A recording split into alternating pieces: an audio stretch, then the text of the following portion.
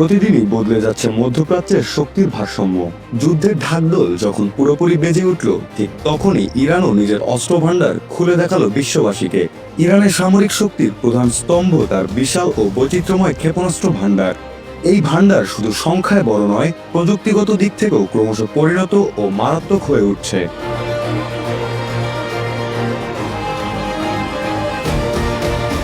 1500 থেকে 2500 কিলোমিটার দূরপাল্লার ব্যালিস্টিক ক্ষেপণাস্ত্র শাহাব-3, ইমাদ, সেজিল আর নতুন প্রজন্মের খাইবার সেকান তেহরানের শক্তির মেরুদণ্ড। বিশ্লেষকদের মতে এই সক্ষমতা ইসরায়েল থেকে শুরু করে উপসাগরীয় অঞ্চলের মার্কিন ঘাঁটিগুলো পর্যন্ত পৌঁছাতে সক্ষম। বিশেষ করে কঠিন জ্বালানি চালিত সেজিল ক্ষেপণাস্ত্র দ্রুত উৎক্ষেপণ সম্ভব। শত্রুকে প্রতিরক্ষা প্রস্তুতির সুযোগ না দিয়ে আঘাত আনার জন্য এটি একটি কার্যকর অস্ত্র হিসেবে বিবেচিত।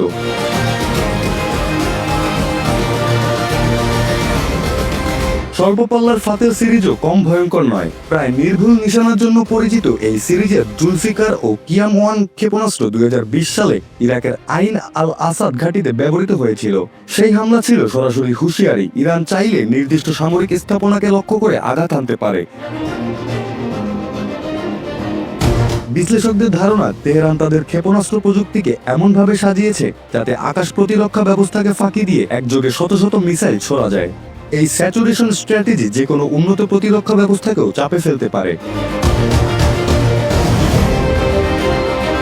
তবে ইরানের শক্তি কেবল ব্যালিস্টিক মিসাইলই সীমাবদ্ধ নয়, তাদের ক্রুজ মিসাইল কর্মসূচিও সমান গুরুত্ব বহন করে। এছাড়া সুমার ও পাবে ধরনের ক্রুজ মিসাইল রাডার এরিয়াও লক্ষ্যবস্তুতে পৌঁছাতে পারে। কম উচ্চতায় দীর্ঘ পথ পাড়ি দেওয়ার ক্ষমতা এসব অস্ত্রকে করে তোলে আরো জটিল ও বিপজ্জনক।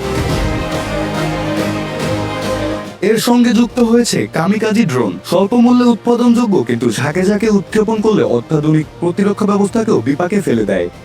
গুরুত্বপূর্ণ বন্দর, জ্বালানি অবকাঠামো কিংবা সামরিক স্থাপনা সবই হয়ে উঠতে পারে লক্ষ্যবস্তু। ড্রোন ও মিসাইলের সমন্বিত ব্যবহার যুদ্ধে নতুন কৌশলের ইঙ্গিত দিচ্ছে।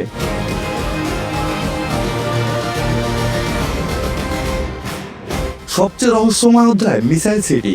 বছরের পর বছর ধরে পাহাড়ের নিচে মাটির গভীরে তৈরি হয়েছে সুড়ঙ্গ ও ভূগর্ভস্থ ঘাঁটির নেটওয়ার্ক। এই ঘাঁটিগুলো শুধু সংরক্ষণের জন্য নয়, সেখান থেকেই সরাসরি উৎক্ষেপণের সক্ষমতা রয়েছে বলে বিভিন্ন সামরিক বিশ্লেষণে উঠে এসেছে। প্রথম দফার বিমান বা ক্ষেপণাস্ত্র হামলায় যাতে মূল শক্তি অক্ষত থাকে, সেই কৌশলগত নিরাপত্তা বলয় গড়ে তুলেছে তেহরান। এই ভূগর্ভস্থ অবকাঠামো তেহরানের জন্য দ্বৈত সুবিধা তৈরি করেছে। একদিকে প্রতিরোধ, অন্যদিকে দীর্ঘমেয়াদী পাল্টা আঘাতের সক্ষমতা। ফলে যে কোনো শক্তির জন্য ইরানকে দ্রুত দমন করা কঠিন হয়ে দাঁড়ায়। মধ্যপ্রাচ্যের নিরাপত্তা সমীকরণে তাই ইরানের ক্ষেপণাস্ত্র ভাণ্ডার কেবল সামরিক অস্ত্র নয়, রাজনৈতিক প্রভাবেরও বড় হাতিয়ার। আলোচনার টেবিলে হোক কিংবা যুদ্ধের ময়দানে, এই শক্তি তেহরানের অবস্থানকে শক্ত করে রাখে।